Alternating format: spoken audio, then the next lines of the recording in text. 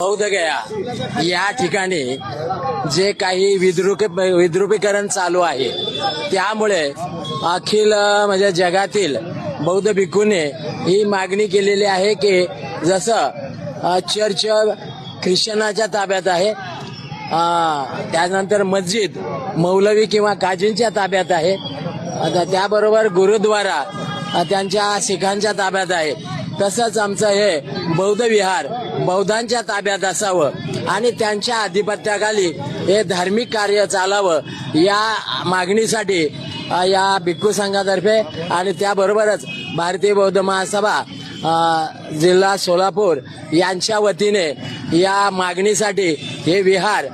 बौद्धांच्या ताब्यात द्यावं आणि त्या पद्धतीने हा कारोबार चालावा या मागणीसाठी हे